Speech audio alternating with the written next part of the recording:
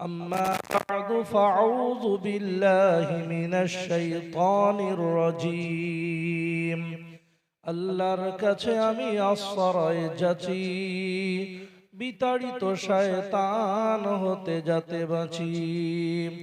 বিসমিল্লাহির রহমানির রহিম। শুরু করিনু আমি নামে আল্লাহর, অপার দয়াল যিনি অনন্ত উদার। আলহামদুলিল্লাহি রাব্বিল আলামিন আর রহমানির রহিম। সর্বগুণগান ও গগরিয়ান তামাম বিশ্বপতি, অতি দয়াবান করুণা নিধান, সীমাহীন তব প্রীতি। মালিকি ইয়াউমিদ্দিন ইয়্যাকা না'বুদু ওয়া ইয়্যাকা নাস্তাঈন। করি বন্দনা চাহি প্রার্থনা, ছাড়ি সকল দুয়ার। বিচার দিবসের প্রভু সকলের, চাহি করুণা তোমার। ইহদিনাস সিরাতাল মুস্তাকিম সিরাতাল্লাযীনা আন'আমতা আলাইহিম। সহজ সরল যে পথে সকল আউলিয়া আম্বিয়া চলিয়া ধন্য লভিছে পুণ্য সে পথ দাও বলিয়া। গায়রিল মাগদুবি আলাইহিম ওয়ালাদ-দাল্লিন।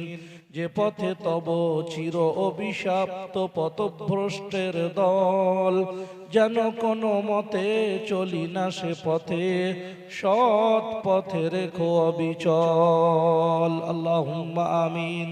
وقال تعالى في مقام آخر: إن الذين يتلون كتاب الله وأقاموا الصلاة وأنفقوا مما رزقناهم سرا وعلانية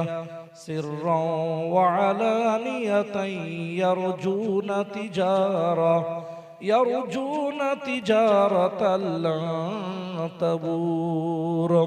وقال تعالى في مقام آخر: إنا نحن نزلنا الذكر وإنا له لحافظون.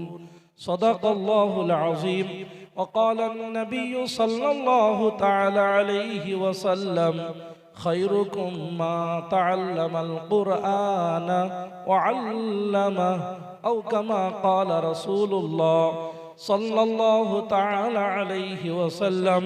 وقال تعالى في شان حبيبه تشريفا وتكريما: إن الله وملائكته يصلون على النبي يا أيها الذين آمنوا صلوا عليه وسلموا تسليما. درود إبراهيم پڑھی اللهم صل على محمد وعلى آل محمد كما صليت على إبراهيم وعلى آل إبراهيم إنك حميد مجيد. اللهم بارك على محمد وعلى آل محمد كما باركت على إبراهيم وعلى آل إبراهيم إنك حميد مجيد. আলহামদুলিল্লাহ, আল্লাহ রাব্বুল আলামিনের দরবারে শতত শুকরিয়া, হামদ, সানা, সুজুদ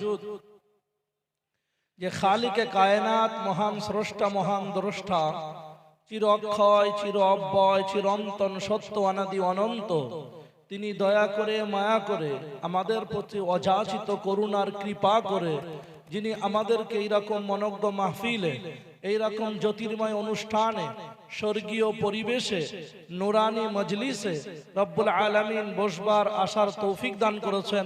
তার শাহী দরবারে তারই শেখানো বাক্য তারই শেখানো বাক্যে স্বতঃস্ফূর্তভাবে মনের গভীর গহন থেকে শ্রদ্ধা বিজড়িত কণ্ঠে বিনয় অবনত চিত্তে শুকরিয়া আদায় করি। সকলেই কালিমত শুকুর বলি আলহামদুলিল্লাহ। ভাই, যারা দাঁড়িয়ে আছি আমরা বুঝতে পারছি না যে এই মজমা, এই মজলিস, এই মাহফিল কত গুরুত্বপূর্ণ, মোস্ট ইম্পর্ট্যান্ট। আমাদের জীবনের জন্য এটা কত গুরুত্বপূর্ণ এবং কত জরুরি, কত প্রয়োজন আমরা অনুধাবন করছি না। এখানে আলোচনা হবে সেই কিতাব নিয়ে, যে কিতাবের সামনে গোটা পৃথিবী তাদের অপারগতা, তাদের দীনতা, তাদের দৈনতা, তাদের অপূর্ণতা, অদক্ষতাকে স্বীকার করতে বাধ্য হয়েছে। আল্লাহর প্রিয় পয়গম্বর যে যুগে আবির্ভূত হয়েছিলেন ওই যুগটার নাম হচ্ছে এজ অফ ডার্কনেস, অন্ধকার আচ্ছাদিত। আপনার অরাজকতা এবং উশৃঙ্খলতা, ঔদ্ধত্যপূর্ণ আচরণে যারা ছিল সিদ্ধহস্ত, এই রকম ধরনের মানব যাদের উপরে কেউ রাজত্ব করতে চাইতো না, এই রকম উশৃঙ্খল অসুস্থ সমাজ ব্যবস্থার পরিবর্তনের জন্য প্রিয় পয়গম্বরকে আল্লাহ পাঠিয়েছিলেন। সম্মানীয় সুধী সুপ্রিয় উপস্থিতি আমার, আজকের আমরা যেখানে যে আঙিনাতে অবস্থান করছি, আল্লাহ সুবহানাহু ওয়া তাআলার পক্ষ থেকে বড় করুণা, বড় দয়া। আমি আপনাদেরকে স্বল্প সময়ের অল্প পরিসরে কিছু গল্প শোনাবো। এই গল্পগুলো কোরআন হাদিসের দৃষ্টিভঙ্গিতে, কোরআন হাদিসের ছত্র ছায়ায় উলামায়ে কেরামদের আইডেন্টিফাই করা তথ্য আপনাদের সম্মুখে উপস্থাপন করব। আজকের অত্যন্ত খুশির বিষয়, যিনি আমাদের রব, যিনি আমাদের মালিক, তিনি হলেন রব্বুল মাশরিকি ওয়াল মাগরিব, পূর্ব পশ্চিমের যিনি মালিক। রব্বুল মাশরিকাইনি ওয়া রব্বুল মাগরিবাইন। শীতকালে সূর্য অস্তমিত আর উদয়ের স্থান আলাদা, গ্রীষ্মকালে সূর্যের উদয় এবং অস্তমিতর স্থান আলাদা। তাই রব্বুল মাশরিকাইনি ওয়া রব্বুল মাগরিবাইন। যেটা দীঘাশিপুরের পূর্ব প্রান্ত, সেটা দীঘাশিপুরের পূর্ব দিকে যে গ্রামটা আছে ওই গ্রামের পশ্চিম প্রান্ত। যেটা দীঘাশিপুরের পশ্চিম প্রান্ত, দীঘাশিপুরের আপনার পূর্বে যে গ্রামটা আছে ওই গ্রামের, এটা এর পশ্চিম দিকে যে গ্রামটা আছে সেই গ্রামের জন্য দীঘাশিপুরের পশ্চিম প্রান্তটা হলো ওই গ্রামের জন্য পূর্ব প্রান্ত। তাই দুই পূর্ব পশ্চিমের মালিক হলেন রব্বুল আলামিন, রব্বুল মাশরিকাইনি ও রব্বুল মাগরিবাইন, রব্বুল মাশারিকি ওয়াল মাগারিব। সারা পৃথিবীর যত পূর্ব পশ্চিম প্রান্ত হতে পারে সমস্ত পূর্ব পশ্চিম প্রান্তের মালিক হলেন আমার আপনার রব, খালিক, মালিক আল্লাহ। হাদা আযবুন ফুরাদ ওয়া হাদা মিলহুন উজাজ ওয়া জাআলা বাইনাহুমা বারযাখান ওয়া হিজরান মাহজুরা। হাদা আযবুন ফুরাদ, এটা হচ্ছে আপনার সুইটি ওয়াটার।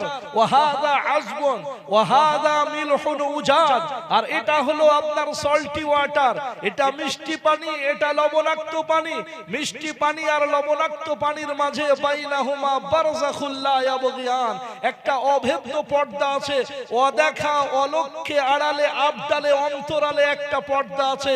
যে লবণাক্ত পানির পর্দা ভেদ করে মিষ্টি পানি ওর মধ্যে অনুপ্রবেশ করতে পারে না, আর মিষ্টি পানির পর্দা অতিক্রম করে লবণাক্ত পানি তার মধ্যে প্রবেশ করতে পারে না।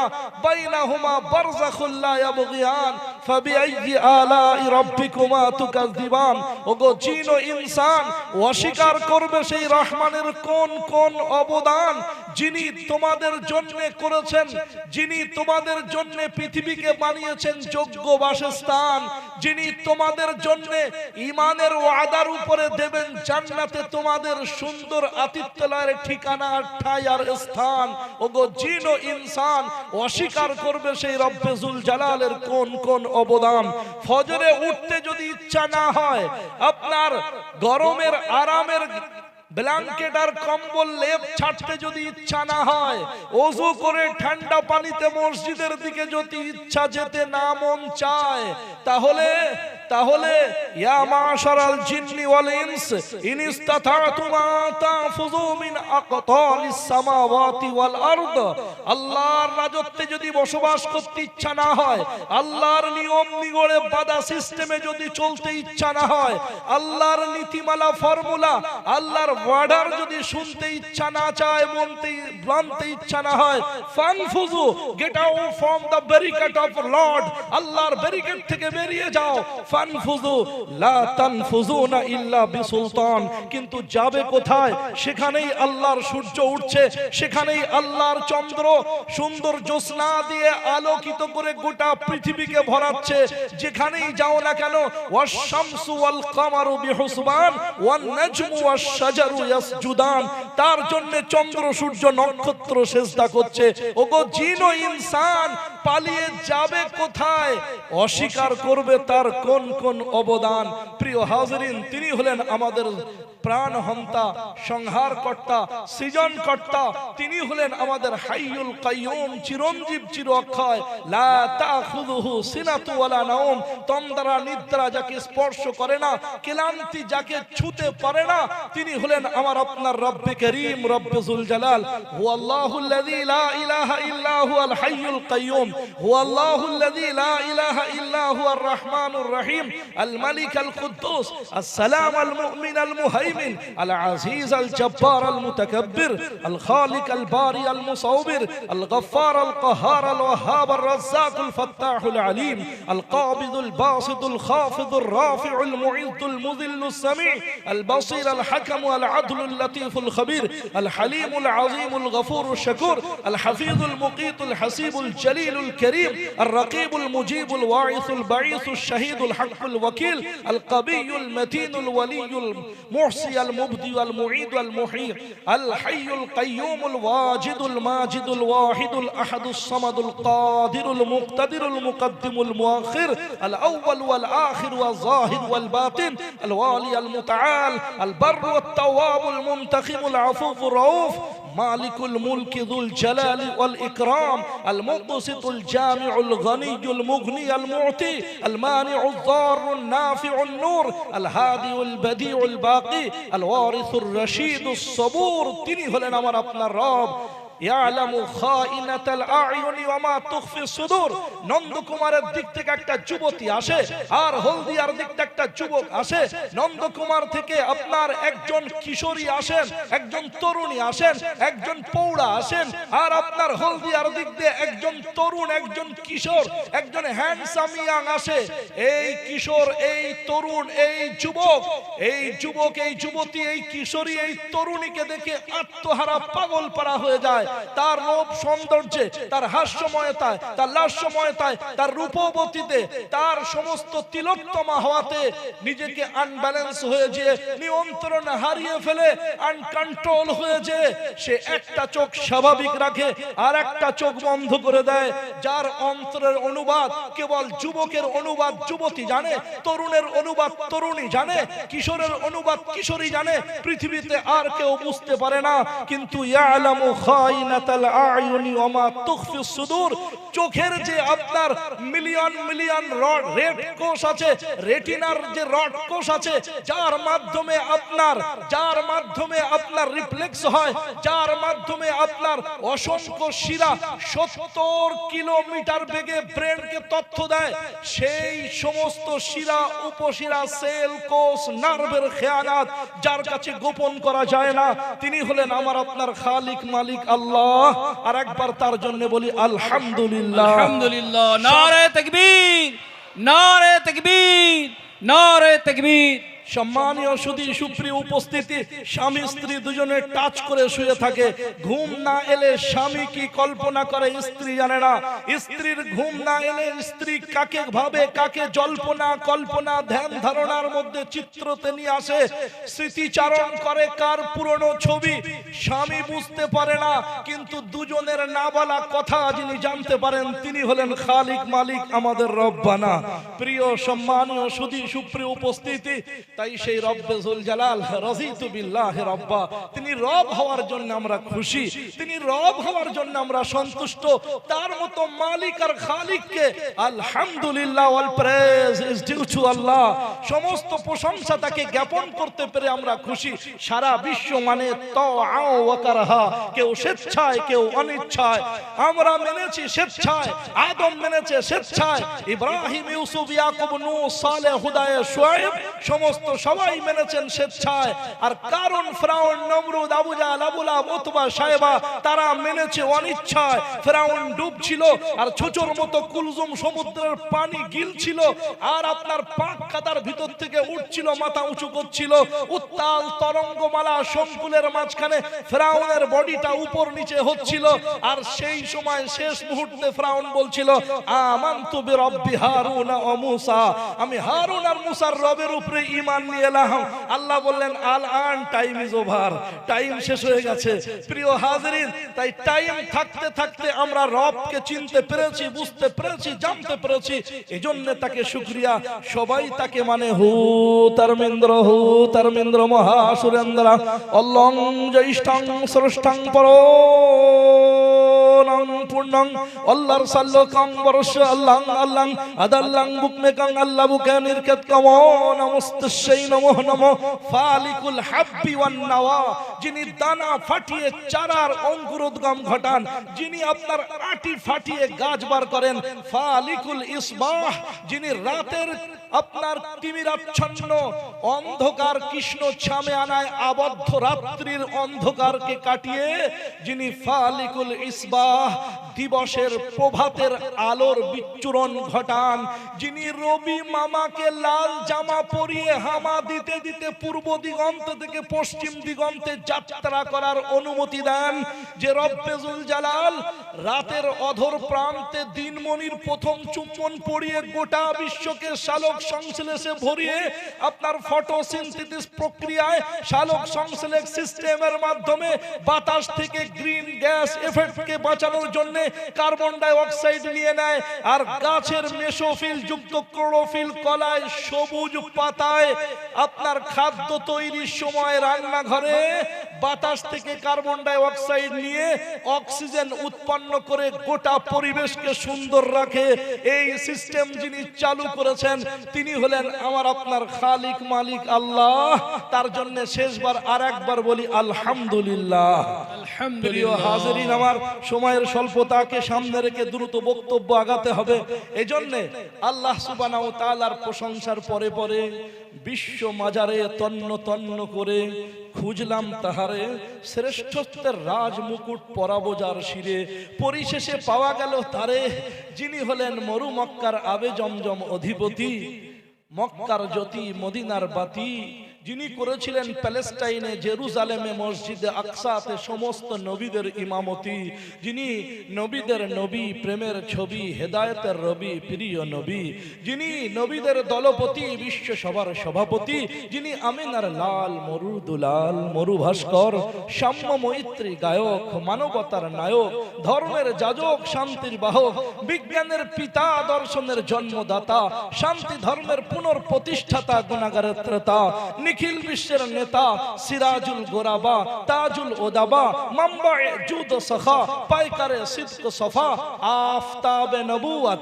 মাহতাবে রিসালাত, সাইয়্যিদুস সাকালাইন, ইমামুল আম্বিয়া ওয়াল মুরসালিন, সাকিয়ে কাউসার, হাদিয়ে মাহশার, সাইয়্যিদুল বাশার, আল্লাহ के नूर नजर, last and final messenger, the moments are psychological for the rise of our religious and national leader. ইদং জন প্রসৃত নরা সংসিষ্ট বিশ্বতে ষষ্ঠীং সহস্র নব নবতিঞ্চু কৌরমারস্ময় সুদত্ত হে সম্বলে বিষ্ণু যশুষ পেদুর্ব বাম্বুবাং সুমতং মতারি কন্নং দেশাতং লা ইলাহার নিপাপম ইল্লা ইলা পরং পাদং জন্ম বৈকুণ্ঠ বিনীতিত জপিনাম মুহাম্মাদাং, জপিনাম মুহাম্মাদাং, জপিনাম মুহাম্মাদাং। তিনি হলেন মুহাম্মদ মুস্তাফা, আহমদ মুস্তাফা, জনাবে মুহাম্মদুর রাসূলুল্লাহ সাল্লাল্লাহু আলাইহি ওয়াসাল্লাম। নারে তাকবীর, লিল্লাহি তাকবীর, লিল্লাহি তাকবীর, নারে তাকবীর। তার পবিত্র রওজায়ে আতহার মদিনাতুল মুনাওয়ারায় সবুজ গম্বুজের নিচে শাহিদ পয়গম্বরের উপরে লক্ষ কোটি দরুদের নজরানা হাদিয়া পেশ করি। সকলে ভক্তি ভরে বলি সাল্লাল্লাহু আলাইহি ওয়াসাল্লাম।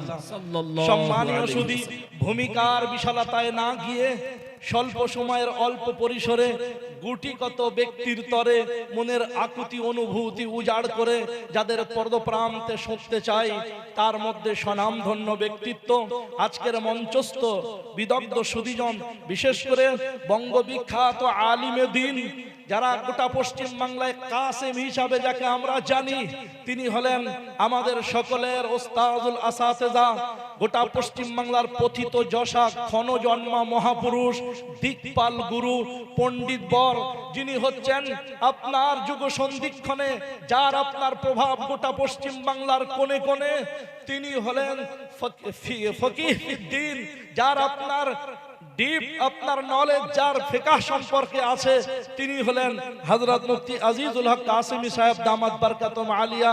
তার লাখতে জিগার কলিজার টুকরা সন্তান, তার যোগ্য পিতার যোগ্য ওয়ারিস হযরত মাওলানা মুফতি বাকিবিল্লাহ সাহেব দামাত বরকাতুম আলিয়া হাফিজাহুল্লাহু তাআলা মিনাজ জালাল ফিল মাকাল। অত্যন্ত আদব ইহতিরাম সশ্রদ্ধ ভাবে তার নামটা নিলাম, বেয়াদবি মাফ হোক, তাকে অন্তর স্নিগ্ধ সাধুবাদ জানাচ্ছি। আর আজকের এই জলসার মহামান্য অতিথি, অনারেবল রেসপেক্টেবল গেস্ট জনাব হযরত ওস্তাদুল আসাতেজা হযরত আজাদুর রহমান সাহেব দামাত বরকাতুম আলিয়া, শেখুল হাদিস, পান্ডুয়া দারুল উলুম, এমনি ভাবে প্রাক্তন হেড মুদাররিস কৈথুন মাদ্রাসার জনাব আজাদুর রহমান সাহেব দামাত বরকাতুম আলিয়াকে অন্তর থেকে সাধুবাদ এবং মোবারকবাদ জানাচ্ছি। আপনারা যারা দূর দূরান্ত থেকে এসেছেন, আসন গ্রহণ করেছেন অথবা দণ্ডায়মান অবস্থায় বসে আছেন কোমরের কোনো প্রবলেম থাকার কারণে, এজন্য আমি বসতে বলবো না, হয়তো কোমরে নিতান্ত কোনো অসুবিধা না থাকলে হয়তো বসতেন।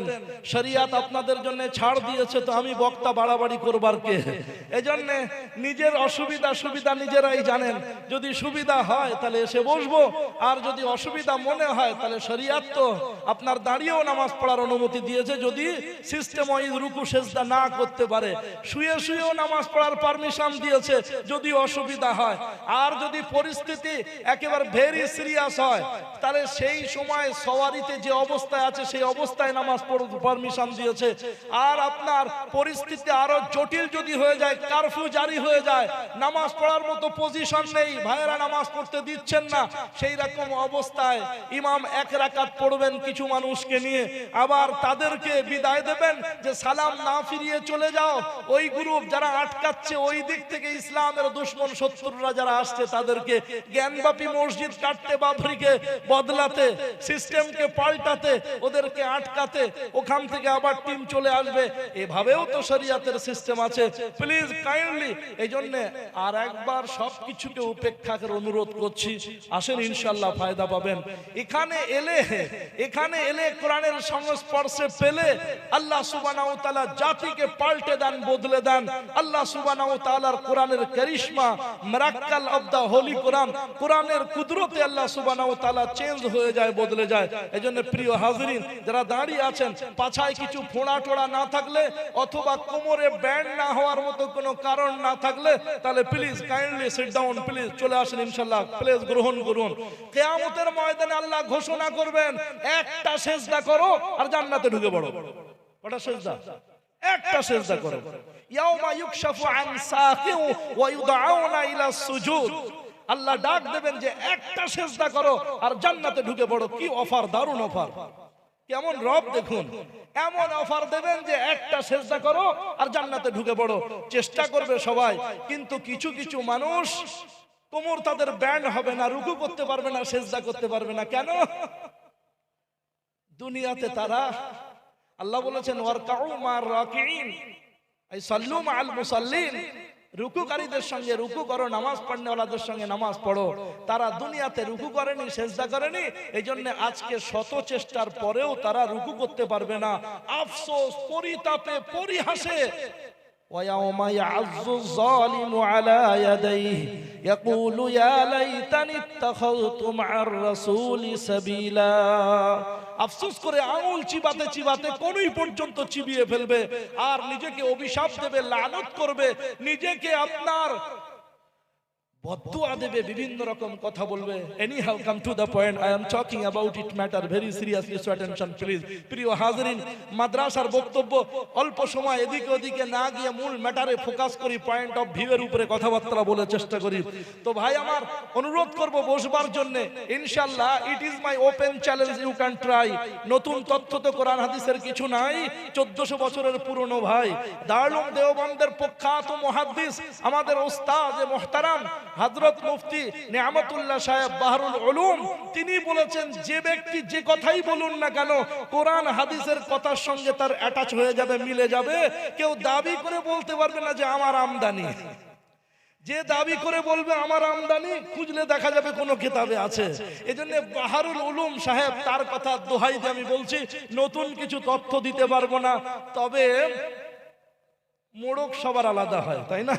হলদিরামের প্যাকিং আলাদা হয়, আর আপনার আমিনিয়ার প্যাকিং আলাদা হয়, আরসালানের প্যাকিং আলাদা হয়, আর আপনার অন্যান্যদের প্যাকিং আলাদা হয়। প্রিয় হাজরিন, ব্র্যান্ডেড আলাদা হয়, মাল কাছাকাছি একই থাকে। এই জন্য একটু হয়তো বলার স্টাইলটা অন্য থাকবে। তাই it is my open challenge, you can try. নতুন তথ্য দিতে পারবো না, তবে নতুন স্টাইল দিতে পারবো ইনশাআল্লাহ। প্রিয় ভাই আমার, আসেন বসি। এই যে মাদ্রাসা, এই মাদ্রাসার একটু সনদ শোনাবো। সনদ সনদ দলিল দিয়ে যায়। আমাদের তো বেদলিলে তো কিছু নাই, বেদলিলে কিছু নাই, কিন্তু যারা দলিল মানতে চায় না তারা গড়বড় করে দেয়। বাবরিরও দলিল ছিল, জ্ঞানবাপীরও দলিল আছে, কিন্তু দলিল যদি কোনো অভাগা না মানতে চায় আমাদের কি করবার আছে ভাই? এক যে ছিল মজার দেশ সব রকমের ভালো, রাত্রিতে বেজায় রোদ, দিনে চাঁদের আলো, মন্ডা মেঠায় তিতো সেটা ঔষধ লাগে ভালো। এক যে ছিল মজার দেশ সব রকমের ভালো। ছোট্ট করে একটা গল্প বলে আপনাদেরকে বক্তব্যের পথ আগে প্রশস্ত করছি। একজন পীর আর একজন মুরিদ, দুজনে গুরু শিষ্য মিলে একটা এলাকায় গিয়েছেন, একটা দেশে। সেই দেশে কাল্পনিক গল্প একটা, don't mind, don't take otherwise, কোরআন হাদিসের বাইরে হয়তো, কিন্তু উপকার আছে। আল্লাহ স্বয়ং গল্প শুনিয়েছেন কোরআনে। মশলা বলতে বলতে গল্প করেছেন না করেননি? আল্লাহ কিছু কিছু গল্পকে স্টোরিকে আল্লাহ আবার বলছেন আহসানাল কাসাস, সুন্দর ঘটনা, বেটার বেস্ট স্টোরি। এত সুন্দর ঘটনা কিছু হয় না, সুতরাং আল্লাহ ঘটনা শুনিয়েছেন, তাই আমি ঘটনা শোনাচ্ছি। প্রিয় ভাই আমার, তো পীর আর মুরিদ দুজনে মিলে একটা দেশে গিয়েছেন। গিয়ে দেখছেন সেই দেশে সব পণ্যের এক দাম 1 কেজি 1 দিরহাম। গল্পের নাম মনে রাখবেন কি? সব পণ্যের এক দাম 1 কেজি 1 দিরহাম। বুঝতে পারলেন? আবার একবার বলছি, রিপিট। সব পণ্যের এক দাম 1 কেজি 1 দিরহাম। মানে 1 কেজি আলু নিলেও 1 দিরহাম, 1 কেজি সন্দেশ নিলেও 1 দিরহাম, 1 কেজি সোনা নিলেও 1 দিরহাম, 1 কেজি ছানার আপনার ভালো সন্দেশ নিলেও 1 দিরহাম, আর পনির নিলেও 1 দিরহাম, আর পাতাকপি ফুলকপি 1 কেজি নিলেও 1 দিরহাম। সব পণ্যের এক দাম 1 কেজি 1 দিরহাম। তো পীর সাহেব বললেন, দেখ বাবু, এখানে থাকা যাবে না, এদেশে সুবিচার নাই। বলে কেন? বলছে যথাযথ মান নির্ণয় করার ক্ষমতা এদের নাই, সুতরাং এদেশে সুবিচার পাওয়ার আশা করা যায় না, এদেশে থেকে লাভ নাই। মুরিদ বললেন, হুজুর, আমি স্বল্প পয়সায় অল্প পয়সা দিয়ে দামি দামি ক্রয় করে পণ্য খাবো, আর মোটা হব, শরীর তাজা ভালো হবে, আর আমি এখানেই থাকবো, এদেশ ছেড়ে কোথাও যাব না। পীর সাহেব বললেন, দেখ, তোর ভূত ভবিষ্যৎ কিন্তু ভালো নয়, ফিউচার কিন্তু ভালো বলছে না, তুই থাকিস না। বলছে, না হুজুর, থাকবো, যাব না। বলে মুরিদ রয়ে গেল। পীর সাহেব, তার তো কাজ আছে, তিনি বেরিয়ে চলে গেলেন। প্রিয় ভাই, কিছুদিনের মধ্যে মধ্যে এদিকে ওই মুরিদ খায় দায়, আপনার দামি দামি মাখন ইত্যাদি খায়, আর ফ্যাটি খাবার খায়, সুইটেবল সুইটি খাদ্য ইত্যাদি খায়, আর মোটা তাজা হয়, নাদুস নুদুস চেহারা হয়েছে, হিষ্ট পলিষ্ট বলিষ্ঠ হয়েছে, আর সুটাম দেহের অধিকারী হয়েছে, বেশ গর্দান ফুলে ফেপে মোটা হয়েছে। কিছুদিন পরে ওই আপনার দেশের আদালতে, সর্বোচ্চ আদালতে একটা কেস গিয়েছে। কেসটা কি? ঘটনা হচ্ছে যে একজন সিঁধ কেটে, ওই দেওয়াল কেটে চোর ঢোকে স্যার, তো সিঁধ কেটে একজন চোর বাড়ির মধ্যে ঢুকছে। এখন ঢুকবার আগে যখন দেওয়াল কাটা কমপ্লিট হয়ে যায়, চোররা কিন্তু ডাইরেক্ট ঢোকে না। প্রথমে লাঠির মাথায় মাটির হাঁড়ি দিয়ে চেকিং করে নেয় যে গ্রিন সিগন্যাল না রেড সিগন্যাল, সংকেত ভালো না কোনো ব্যাপার আছে। বাড়িওয়ালা বাড়িতে আছেন না শ্বশুর বাড়ি বা মেহমানের বাড়ি চলে গেছেন, মেজবানের বাড়ি চলে গেছেন, এটা ট্রাই করে দেখে। তো লাঠির মাথায় মাটির হাঁড়ি ঘুরিয়ে ভিতর থেকে নির্বিঘ্নে নিশ্চিন্তে অক্ষত অবস্থায় নিখুঁত অবস্থায় হাঁড়ি যখন ফিরে এসেছে, তখন ওরা সিদ্ধান্ত নিল, জাস্টিফাই করলো যে এখানে কোনো মানে অসুবিধা নাই, একেবারে নিরাপদ, চুরির জন্য সুবর্ণ সুযোগ, আর একেবারে সুইটেবল প্লেস, কোনো অসুবিধা নাই। চোর যখন ঢুকছে, যে দেওয়ালের উপরে হাতে ভর দিয়ে অর্ধেক বডি ঢুকিয়ে দিয়েছে আর পেটের উপরে চাপ দিয়ে বাকি পিছনের অংশটা ঢুকিয়ে দেবে, ঠিক সেই মুহূর্তে উপর থেকে দেওয়ালে চাপ পড়ে চোর ইন্না লিল্লাহি ওয়া ইন্না ইলাইহি রাজিউন হয়ে গেছে। হলে পরে পিছনের যারা চোরের ওয়ারিসরা ছিল তারা সর্বোচ্চ আদালতে কেস দায়ের করেছে, মোকদ্দমা দিয়েছে যে আমাদের চোরটা চুরির আগে নিষ্পাপ বিনা আপনার দোষে অপরাধ একটা চোর মারা গিয়েছে, সুতরাং এই মারা যাওয়ার কারণে আমরা বাড়িওয়ালার দুর্বল দেওয়াল করার জন্য বাড়িওয়ালাকে আসামি হিসাবে সাব্যস্ত করছি। নিষ্পাপ চোর চুরির আগে মারা গেল, এই বাড়িওয়ালার দুর্বলতার কারণে দেওয়াল দুর্বল কেন করলো? বাড়িওয়ালা তো চালাক ছিল, সে মোকদ্দমা এলে মহামান্য আদালতকে সামনে গিয়ে বলছেন, স্যার মহামান্য আদালতের সুষ্ঠু বিচারকে স্বাগত জানাই, তবে আমার একটা কথা বলবার আছে। বলে কি? বলে আমি তো টাকা পয়সা দিয়েছি মুর্শিদাবাদের মিস্ত্রিদেরকে, তারা আপনার দুর্বল করে দেওয়াল গেঁথেছে, তো এটা আমার কি করার আছে? এ আসামি, আমি ওকে সাব্যস্ত করতে যাই, আমার যে মিস্ত্রি ছিল সে। মিস্ত্রিকে ডেকে, যে মিস্ত্রি চালাক ছিল সে বলছে, স্যার মহামান্য উচ্চ আদালতকে আমি থ্যাঙ্কস জানিয়ে বলতে চাই যে আমার যে জোগাড়ে ছিল ও মশলাকে দুর্বল করে দিয়েছে, এজন্য এই কারণে হয়ে গেছে, আমি এই কেসের আপনার দায়ভার আমি আমার জোগাড়েকে দিতে চাই।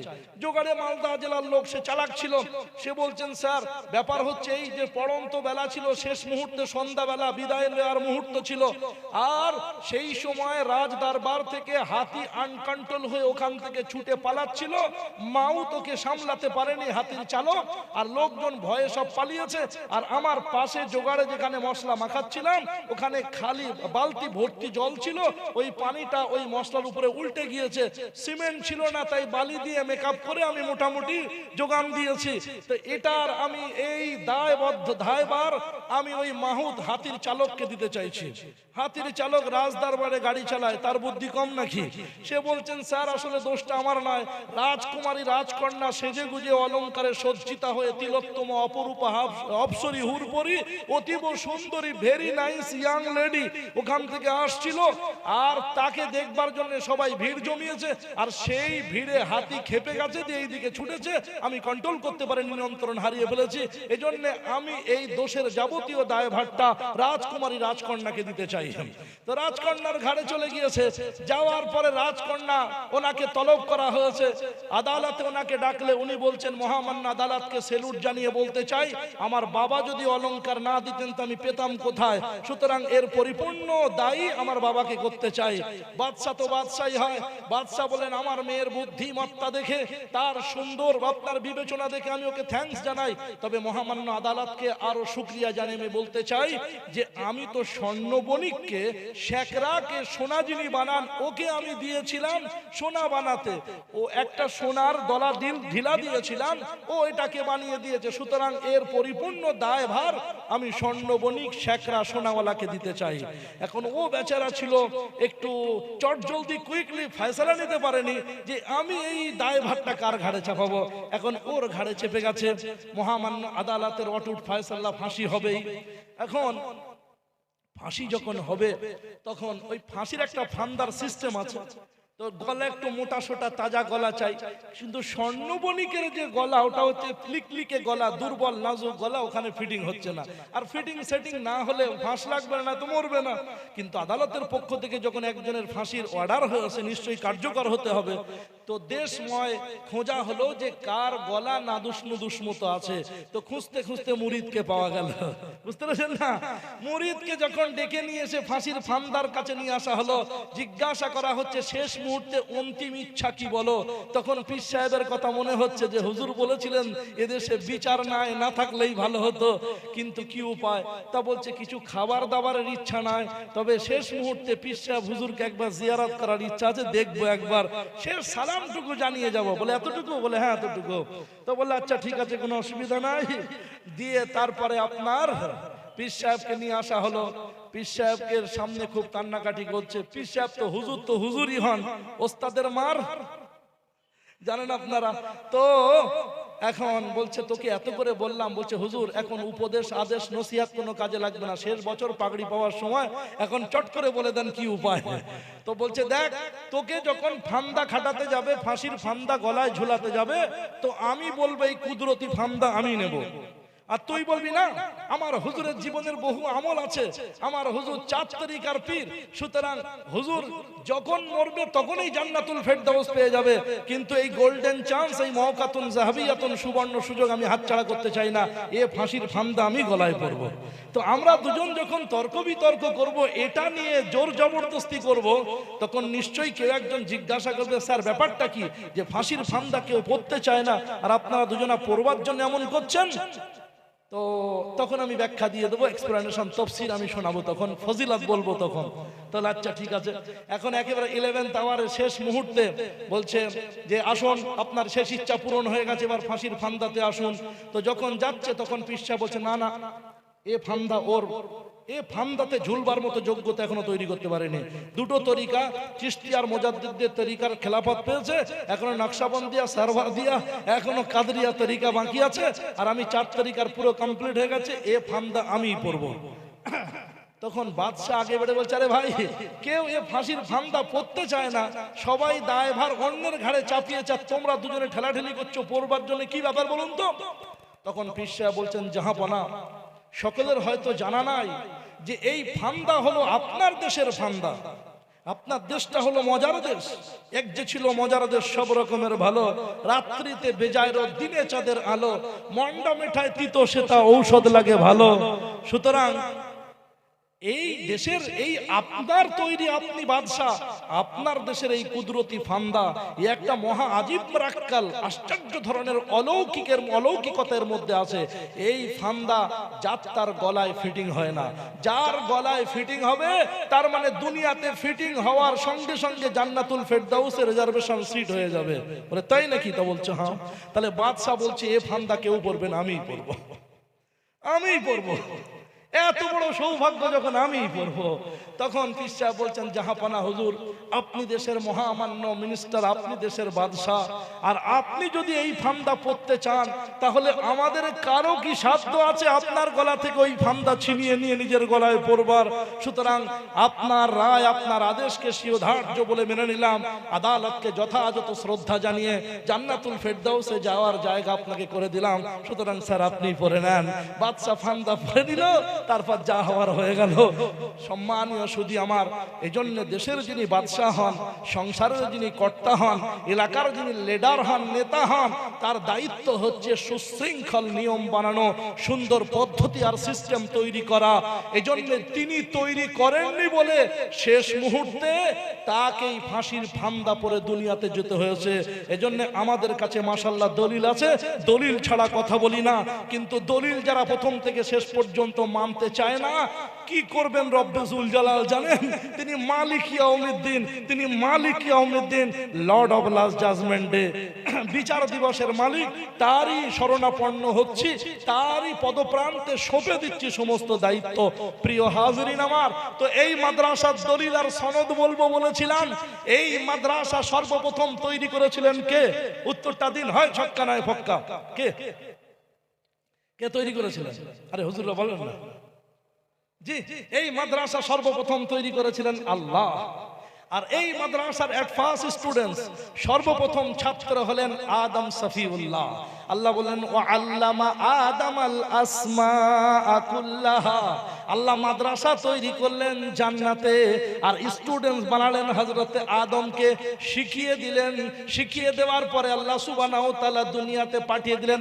লম্বা কাহিনী শর্টে বলছি। প্রিয় হাজরিন, সনদে বেশি কালাম করা বাংলায় আমাদের অভ্যাস নয়। সনদে বেশি কালাম শুনতে গেলে আপনার শেখ হযরত ইউনূস সাহেব হুজুর রাহমাতুল্লাহ আলাইহির কাছে যেতে হতো। তিনি দুনিয়ার বুক থেকে আমিরুল মুমিনিন ফিল হাদিস লাকাব নিয়ে চলে গিয়েছেন। সনদে কালাম শুনতে হলে আল্লামা কামার সাহেব দামাত বারকাতুম আলিয়ার কাছে যেতে হতো। আপনার সনদে কালাম শুনতে গেলে আপনার দারুল দেওবন্দের মুহাদ্দিস, দারুল দেওবন্দের প্রখ্যাত শেখুল হাদিস মুফতি আজম মুহাদ্দিসে কবির মুফতি সাঈদ আহমদ পালনপুরি সাহেব হুজুর রাহমাতুল্লাহ আলাইহির কাছে যেতে হতো। প্রিয় হাজরিন আমার, তো সনদে কালাম আমাদের বাংলার স্টাইল নয়, মতনে হাদিস বুঝে গেলেই হবে। তো বেশি কালাম করতে চাইছি না। তো আল্লাহ রাব্বুল আলামিন তৈরি করলেন জান্নাতে মাদ্রাসা। ওই স্টুডেন্টস আদম ওখানে স্পেশালিস্ট বানিয়ে দুনিয়াতে পাঠিয়ে দিলেন। চাকা সম্পর্কে, চাষবাদ সম্পর্কে আল্লাহ সুবহানাহু ওয়া তাআলা আদমকে ওহী করলেন। আস্তে আস্তে দুনিয়া বড় হচ্ছে, দুনিয়া সাবালক হচ্ছে। ইন্না আওহাইনা ইলাইকা কামা আওহাইনা ইলা নূহি ওয়ান নাবিয়্যিনা মিন বাদি। নূহ আলাইহিস সালামকে ওহী করছেন, ওয়াসনাইল ফুলকা বিআইনিনা ওয়া ওয়াহিনা ওয়ালা তুখাতিবনি। আমার চোখের সামনে হলদিয়া নদী পার করে ওপারে যেতে হবে, কাশতি বানাও, ভটভটি, স্টিমার, লঞ্চ তৈরি করো। হযরতে দাউদকে আপনার লাবুস, হযরতে দাউদকে লোহার পোশাক বানাতে বলছেন। হযরতে সুলাইমান আলাইহিস সালামকে এরোপ্লেন বানাতে বলছেন। দুনিয়া সাবালক হয়ে গেছে, দুনিয়া বড় হয়ে গেছে। আল্লাহর প্রিয় পয়গম্বরকে আল্লাহ সুবহানাহু ওয়া তাআলা ওহী দিচ্ছেন। এই মাদ্রাসা চলে এলো গারে হিরাতে। ইকরা বিসমি রাব্বিকাল্লাযী খালাক, ইকরা পড়ো। নবীজি বলছেন মা আনা বিকারিন, আমি পড়তে পারি না। জিবরিল আমিন চাপ দিয়ে বললেন ইকরা, তুমি পড়ো। নবীজি বললেন মা আনা বিকারিন, পড়তে পারি না। তিনবার চাপ দেওয়ার পরে নবীজি বললেন ও আরসালানি, আমাকে ছেড়ে দিলেন।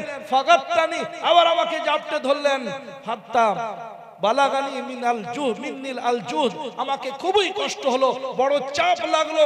তারপরে পরিশেষে জিবরিল আমিন আমাকে বললেন ইকরা বিসমি রাব্বিকাল্লাযী খালাক, খালাকাল ইনসানা মিন আলাক। এতক্ষণ বলছিলেন ইকরা, পড়ো। নবীজি বলছেন পড়বো তো সিলেবাসটা কি হবে, কার নামে পড়বো? আবার বলছেন ইকরা, পড়ো। আরে ভাই পড়বো তো কার নামে পড়বো? এ রেজুলেশন কোত্থেকে এসেছে দেখবো না, না দেখেই পড়বো? আরে ভাই পড়বো তো কার সিলেবাস কোত্থেকে এসেছে, কারিকুলাম কি হবে, পাঠ্যক্রম কি হবে, নেশারটা কি হবে, না জেনে কেন পড়বো? জিবরিল আমিন বলছেন মুহাম্মদ ম্যাটারটা এই ব্যাপার, তাই নাকি? তো ইকরা বিসমি রাব্বিকাল্লাযী খালাক, যে রব বানিয়েছেন সেই রবের কারিকুলাম, যে রব বানিয়েছেন সেই রবের নেশাব, যে রব বানিয়েছেন সেই রবের পাঠ্যক্রম পড়ো। নবীজি পড়ছেন আর থামছেন না। ওই মাদ্রাসা চলে এলো হযরতে দারে আরকাম, আরকাম রাদিয়াল্লাহু তাআলা আনহুর বারান্দায় মাদ্রাসা চলছে। গারে হীরা থেকে দারে আরকাম, দারে আরকামে একজন আপনার স্টুডেন্ট এসেছেন, বয়স তার 8 বছর, নাম তার হযরতে আলী। 8 বছরের স্টুডেন্ট, তিনি পড়তে শুরু করেছেন। আর একজন স্টুডেন্ট এসেছেন, তার বয়স 38, নাম আবু বকর। আর একজন স্টুডেন্ট আসছেন।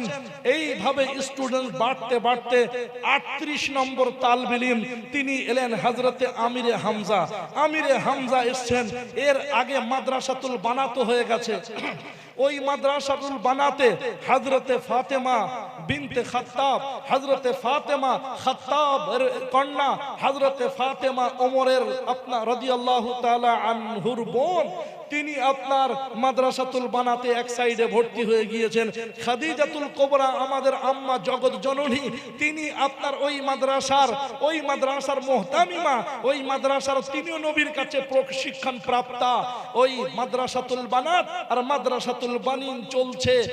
আর এই দিকে কাজ চলছে হযরতে ফাতেমা আর তার স্বামী দুজনকে তাকরার করানোর জন্য নবীজি পাঠিয়ে দিয়েছেন একজন সাহাবী, তিনি নিয়ে চলে গিয়েছেন তাহা মা আনজালনা আলাইকাল কুরআনা লিতাশকা, এই কোরআন তোমার উপরে পাঠিয়েছি আপনার কষ্ট ওঠানোর জন্য নয়, এই কোরআন পাঠিয়েছি তোমাদের মার খাওয়ার জন্য নয়, এই কোরআন তোমাদেরকে পাঠিয়েছি অন্য কোন লাঠি আর পাটি আর জাতির ভয় ভীতির সম্মুখীন হয়ে থাকবার জন্য নয়। তাহা মা আনজালনা আলাইকাল কুরআনা লিতাশকা, এজন্যই তোমাকে পাঠানো হয়নি যে তুমি কষ্ট পাবে।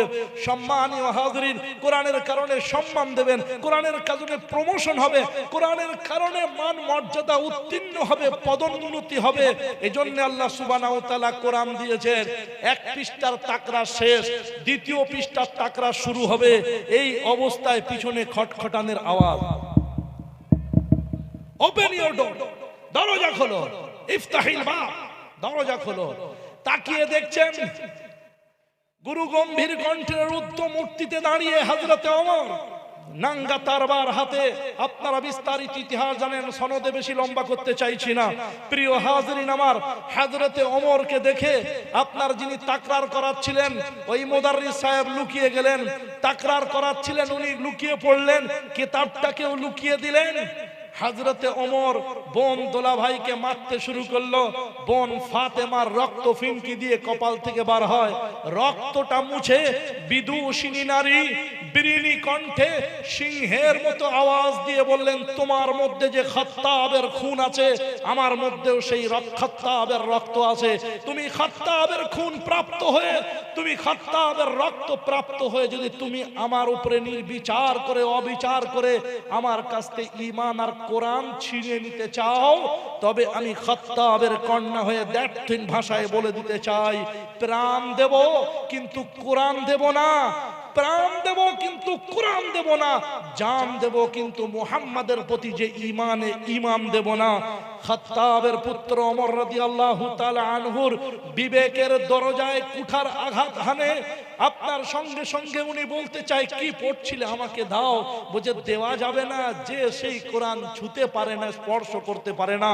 পাক পবিত্র হলেন, শর্ত শারাইত মেনে নিলেন, মঞ্জুর করলেন, অ্যাকসেপ্ট করলেন। কোরআনের পাতা ওনাকে ধরিয়ে দেওয়া হলো, পড়ছেন।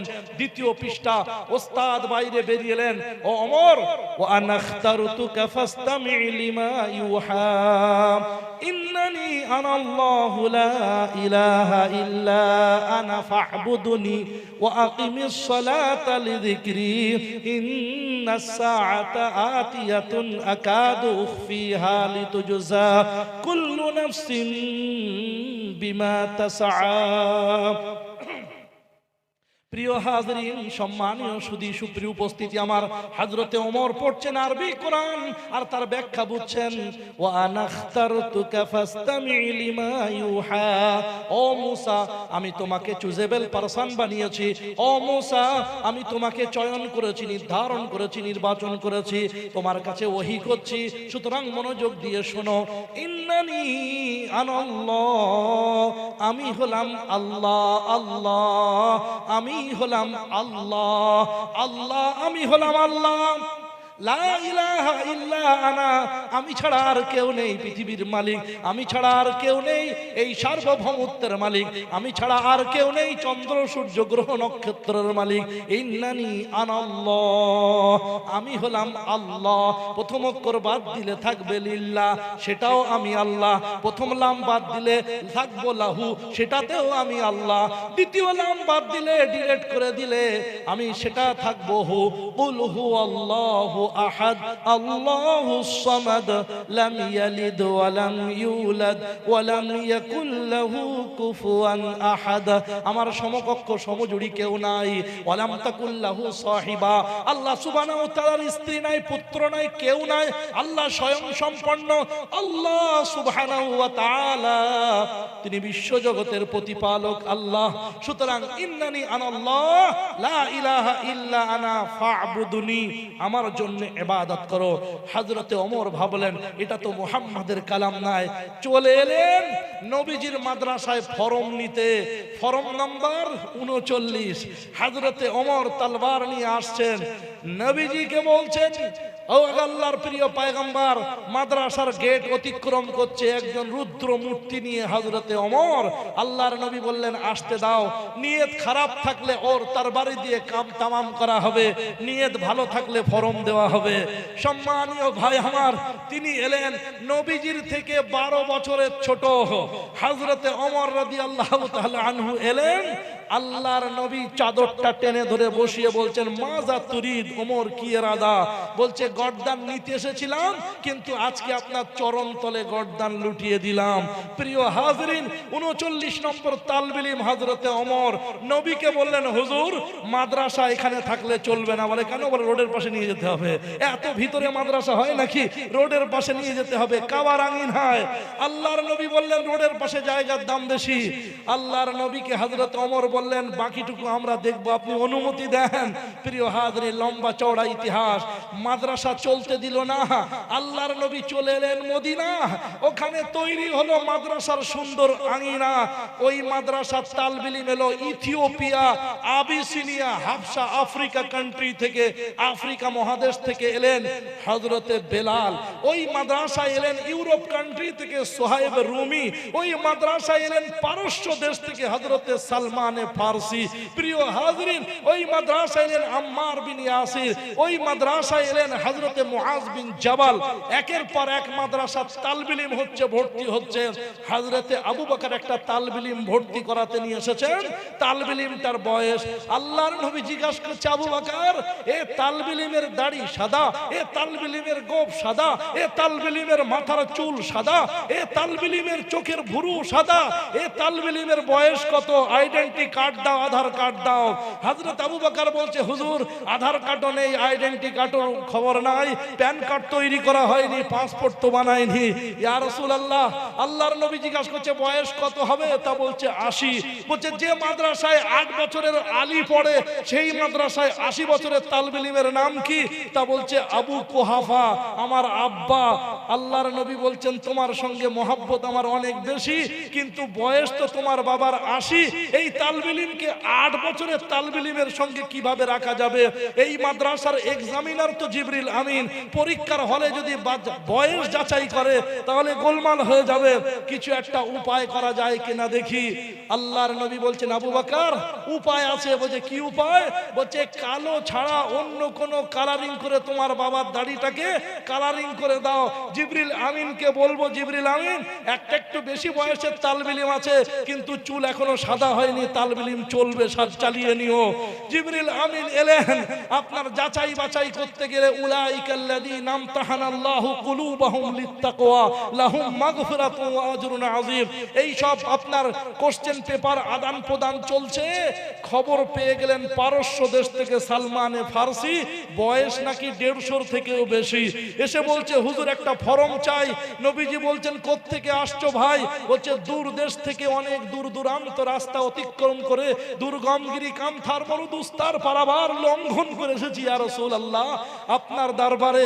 আল্লাহর নবী বলছেন বয়সের প্রমাণ না পেলে কেমন করে ফর্ম দেওয়া যায়?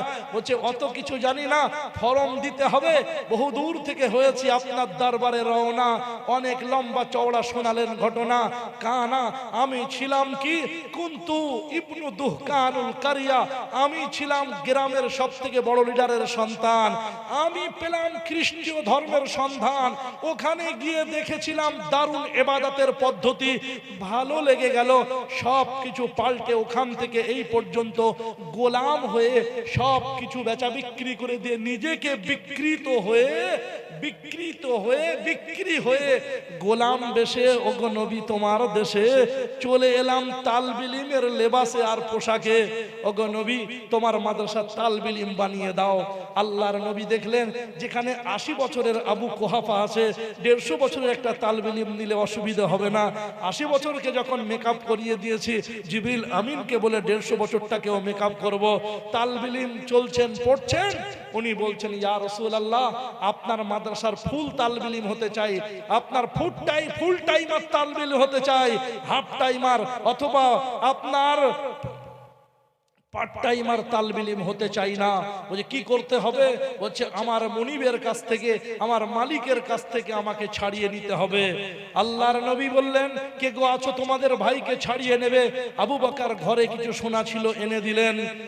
মালিক হযরতে সালমানে ফারসির মালিক দেখে বললেন এতটুকু শোনাতে হবে না, তোমার ওজনে সোনা দিতে হবে, তবে তোমাকে ছাড়বো, নতুবা না। হযরতে বেলাল, হযরতে সালমানে ফারসি রাদিয়াল্লাহু তাআলা আনহু দুঃখ ভরাক্রান্ত হৃদয়ে উনি বলছেন, হুজুর আমার মনে হয় আর আজাদ আর স্বাধীন হওয়া হবে না। উনি কাঁদছেন, চোখ দিয়ে পড়ছে পানি। নবীজি মৃদু মধুর কণ্ঠে শোনালেন সালমানকে মধুর মোহাব্বতের বাণী। কেন গো কাঁদো, করছো কেন কান্না? হযরতে সালমান বললেন, এই ঘটনা, আমাকে আর আজাদ হওয়া হবে না, আমার ওজনে দিতে হবে ওনাকে সোনা।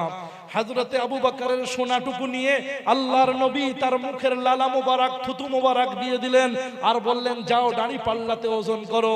একদিকে সোনা, অপরদিকে হযরতে সালমান। সোনার পাল্লা যখন করা হয় ওজন, ঝুঁকে যায় সোনার পাল্লার দিকটা আর উঠে যায় হযরতে সালমানের বডিটা। সম্মানীয় ভাসুদি আমার, হযরতে সালমান মুক্ত হয়ে যাবেন, নবীর গোলাম হয়ে যাবেন। এই খুশিতে আত্মহারা পাগল পারা নিবেদিত প্রাণ নবীজির দরবারে এলেন সালমান, শোনালেন খুশির সংবাদ। কিন্তু মনিব কুচক্রী, সে এসে বলল, না তোমাকে এত শীঘ্রই ছাড়বো না, তুমি খেজুর গাছ লাগাবে 100 খানা, ওই খেজুর গাছে যতদিন না খেজুর ফলবে ততদিন তোমাকে মুক্ত করব না। হযরতে সালমানের শুরু হলো কান্না। নবীজির দরবারে শোনালেন সব ঘটনা। আল্লাহর নবী বললেন, চিন্তা করতে হবে না, খেজুরের আটি সংগ্রহ করো।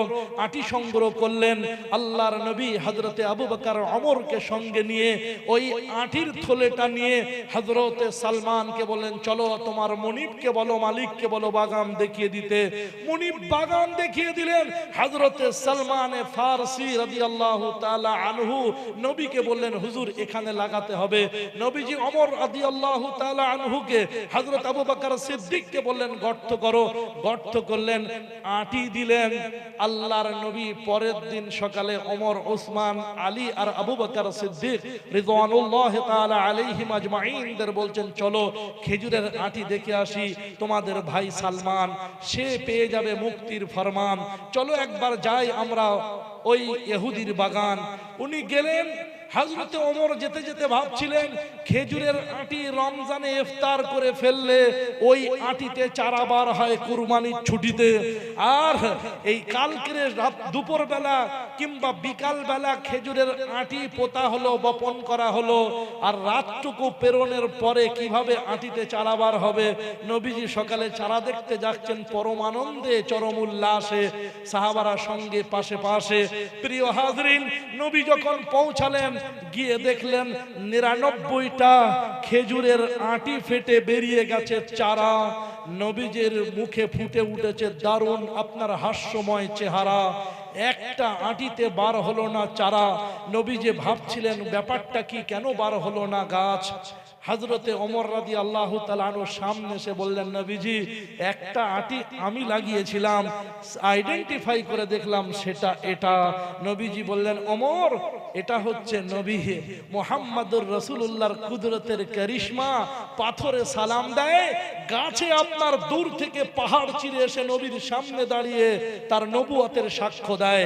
ভারতবর্ষের আপনার 650 কোটি টাকা খরচ করে সারা দেশের ক্রিম ইন্টেলেকচুয়াল আল্ট্রা মডার্নদেরকে নিয়ে অত্যাধুনিক প্রযুক্তির সময়ে রোবট কন্ট্রোল আর আপনার চন্দ্রে অভিযানের সময়ে বিজয় বৈজ্ঞানিকের বিজয় বৈজয়ন্তীর দিনে 650 কোটি টাকা খরচ করে চন্দ্রযান 3 কে চাঁদের মাটিতে ল্যান্ড করাতে হয়।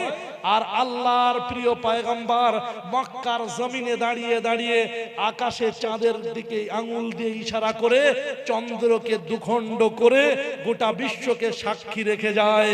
প্রিয় হাজিরিন আমার, সেই নবী তিনি আপনার তার মুজিজা, তার বরকত যে আটি রাতারাতি ফেটে চারা বার হয়। নবীজি আপনার আবার ওটাকে, ওই আটিটাকে লাগিয়ে দিলেন। ওটা অল্প কিছুদিনের মধ্যে খেজুর ফলে গেল, সালমানে ফারসির বাগান নামে পরিচিত হয়ে গেল। আজও আছে সেই বাগান, কিন্তু নবীজির হাতে লাগানো খেজুর গাছ আর নাই। তবে ওই স্থান, ওই প্লেস আছে যেখানে হজ করনেওয়ালা হাজিরা, ওমরা করনেওয়ালা মুতামিররা তারা গিয়ে দেখে আসেন এবং সালমানে ফারসি রাদিয়াল্লাহু তাআলা আনহুর বাগান থেকে খেজুর নিয়ে আসেন। বলতে চাচ্ছিলাম প্রিয় ভাই, ওই মাদ্রাসা থেকে গোটা পৃথিবীর প্রান্তে প্রান্তে প্রান্তে ছড়িয়ে পড়েছে মাদ্রাসা। আজ ওই মাদ্রাসা টিকে থাকলে সব সিস্টেম টিকে থাকে।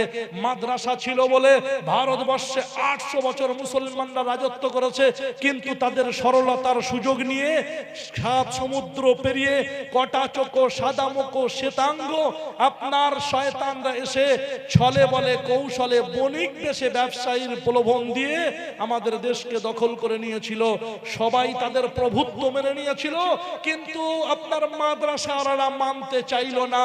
তাই তারা একটা দুটো নয়, 12,000 থেকে 8,000 থেকে 12,000 মাদ্রাসা গুড়িয়ে দিয়েছিল। জানা শুধু তাই নয়, মাদ্রাসা গুড়িয়ে দিয়েছে ওলামায়ে কেরাম ঘরের বারান্দায় দারে আরকামের মতো মাদ্রাসা তৈরি করেছে। ওলামায়ে কেরাম নিজের বাড়িতে মাদ্রাসা করেছে। একটা মাদ্রাসা ভেঙেছে, আলেম ওলামার ঘরে ঘরে মাদ্রাসা তৈরি হয়েছে। তাই আলেম ওলামা জবাই করতে লেগেছে। দিল্লির গ্যাংটং রোড থেকে নিয়ে কাবুল, কান্দার, পেশোয়ার পর্যন্ত সব আপনার গাছের ডালেতে কয়েক মাসের মধ্যে 52,000 ওলামায়ে দ্বীনকে শহীদ করা হয়েছে। আলেম ওলামাকে শেষ করে দেওয়া হয়েছে। জানাজা দাফন করার জন্য বিনা জানাজায় মাইয়তকে দাফন করা হয়েছে। এই রকম পরিস্থিতিতে ডালিম গাছের নিচে আপনার আল্লাহ সুবহানাহু ওয়া তাআলা দারুল দেওবন্দের বুকে ওই মদিনা মুনাওয়ারার আপনার তালিম ও তারবিয়াত ডালিম গাছের নিচে ছাত্তা মসজিদের সামনে বারান্দার পাশে তালবিল ইলম একজন, তাকে নিয়ে শুরু করেছেন একজন।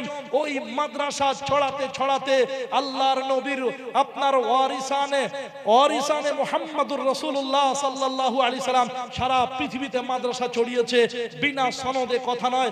আমি আপনাদের সামনে বক্তা হারুন রশিদ, আমি কোরআন ও হাদিস পেয়েছি আমার উস্তাদ মুহতারাম মুফতি সাঈদ আহমদ পালনপুরি সাহেব রাহিমাহুল্লাহু তাআলা, আমার বুখারী জিলদের সামির উস্তাদ শেখ আব্দুল হক সাহেব রাহমাতুল্লাহ আলাইহি, আমার উস্তাদ তিরমিজি শরীফের হযরত মাওলানা আরশাদ মাদানী সাহেব দামাত বরকাতুম আলিয়া, আমার উস্তাদ নিয়ামতুল্লাহ সাহেব, আমার উস্তাদ আল্লামা কামার সাহেব, সম্মানীয় সুদী সুপ্রিয় উপস্থিতি, তাদের উস্তাদ ইব্রাহিম বালিয়াবি সাহেব রাহমাতুল্লাহ আলাইহি, তাদের উস্তাদ শাইখুল ইসলাম হোসেন আহমদ মাদানী সাহেব রাহমাতুল্লাহ আলাইহি, তাদের উস্তাদ হযরত শাইখুল হিন্দ মাহমুদুল হাসান দেওবন্দি রাহমাতুল্লাহ আলাইহি, তাদের উস্তাদ কাসিমুল উলুমি ওয়াল খায়রাত হযরত মাওলানা কাসিম নানবী সাহেব রাহমাতুল্লাহ আলাইহি, তাদের উস্তাদ তারা যার থেকে কোরআন ও হাদিস পেয়েছেন তিনি হচ্ছেন শাহ আব্দুল গনি মুজাদ্দিদ রাহমাতুল্লাহ আলাইহি, তার উস্তাদ শাহ ইসহাক মুহাদ্দিস দেহলভী রাহমাতুল্লাহ আলাইহি, তার উস্তাদ শাহ আব্দুল আজিজ মুহাদ্দিস দেহলভী রাহমাতুল্লাহ আলাইহি,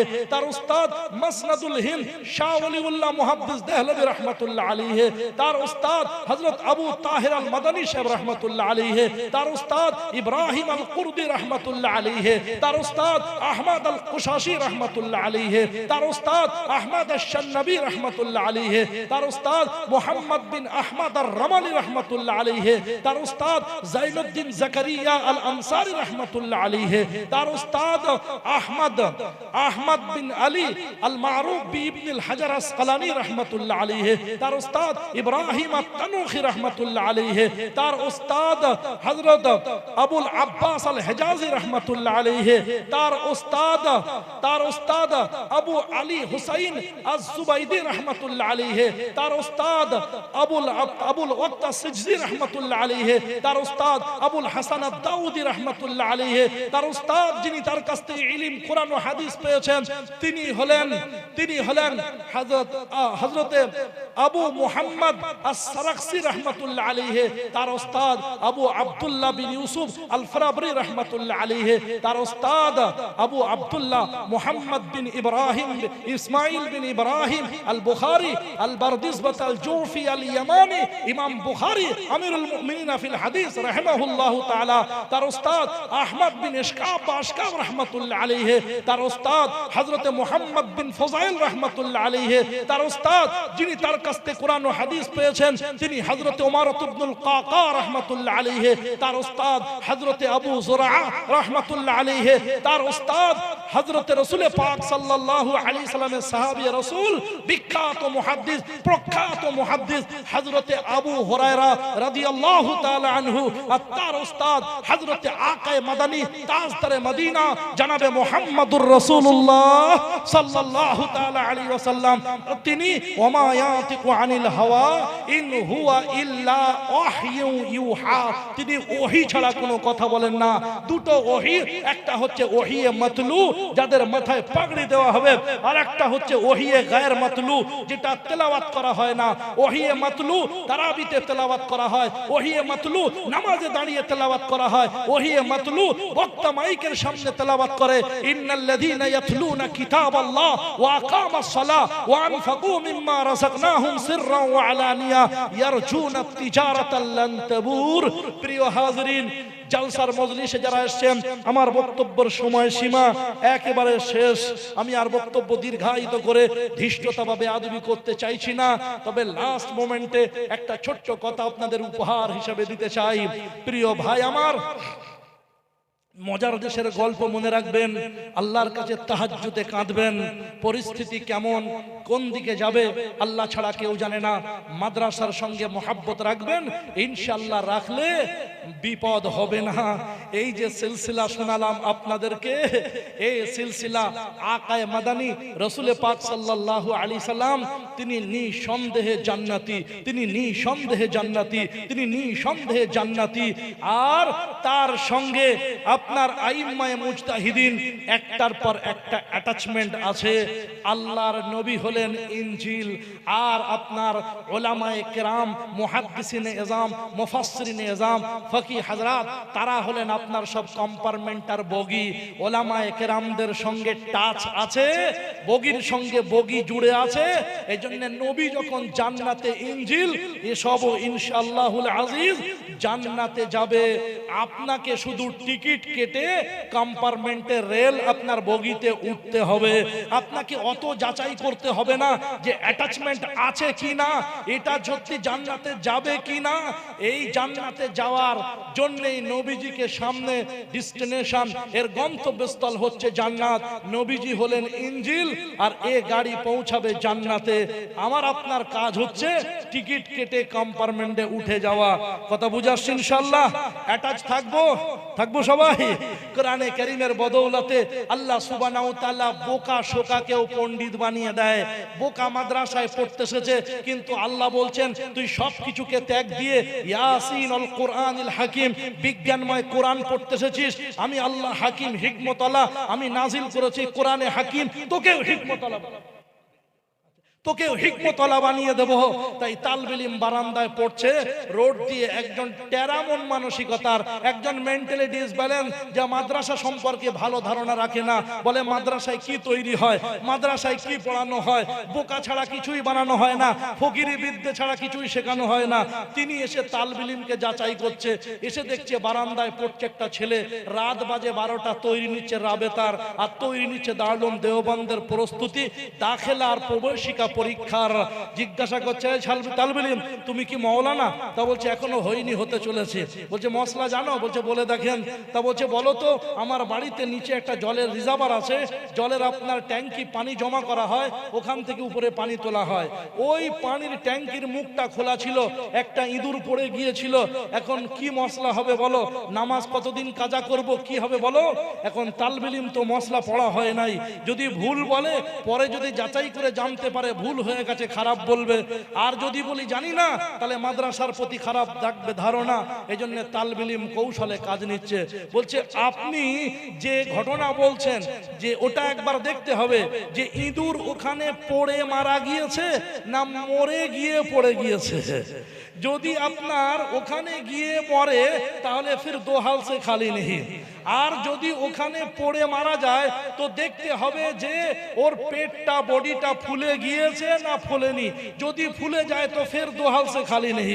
আর যদি ফুলে যাওয়ার পরে দেখতে হবে যে ওর নাড়ি ভুড়ি বাইরে বেরিয়ে গেছে না যায়নি। যদি নাড়ি ভুড়ি বাইরে বেরিয়ে যায় তো ফির দো হাল সে খালি নেই।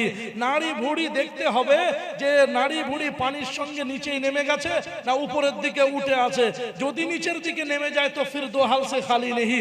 তো ও মনে মনে ভাবছে এখন কোন অবস্থার মশলা আমাকে ঘুরিয়ে জিজ্ঞেস করবে তা তো জানা নাই। বলছে ভাই মশলা বলতে হবে না, কেটে পড়ছে। প্রিয় ভাই আমার, তো আল্লাহ সুবহানাহু ওয়া তাআলা কোরআনুল হাকিমের বদৌলতে আল্লাহ সুবহানাহু ওয়া তাআলা এদেরকেও হিকমত ওয়ালা বানিয়ে দেয়, এদেরকেও জ্ঞানী বানিয়ে দেয়। এই জন্য ওলামায়ে কেরামদের দ্বারায় কোনো সমাজ বিরোধী কার্যকলাপ ঘটে না।